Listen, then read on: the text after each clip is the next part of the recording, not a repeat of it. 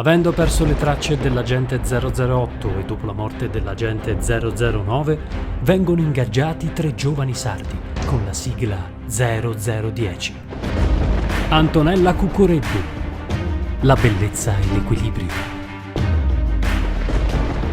Gianni Careddu Panu, l'estro e la fermezza. Giampaolo Barceloneta, la mente e la creatività.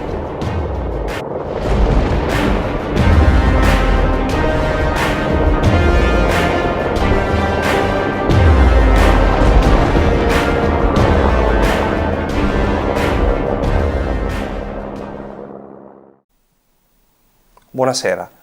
Abbiamo deciso di aprire questa puntata speciale di Agente 0010 onorando con qualche secondo di silenzio i caduti militari e civili che hanno sacrificato la loro vita nelle missioni internazionali di pace. Era il 12 novembre del 2003, le 10:40 ora locale di Nassiriya, alle 8:40 qui in Italia, quando un camion cisterno carico di tritolo fece esplodere la base maestrale. L'esplosione causò la morte di 12 carabinieri, di 5 militari dell'esercito, di un cooperante, di un regista, di 9 iracheni e il ferimento di 58 persone.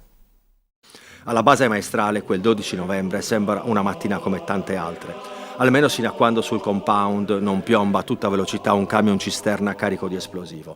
Andrea Filippa, il carabiniere di guardia all'ingresso, spara e uccide i 2 kamikaze alla guida del camion, impedendo che esploda all'interno. La deflagrazione ha un terribile effetto domino, salta per aria anche il deposito di munizioni. Le scene che si presentano ai primi soccorritori sono raccapriccianti.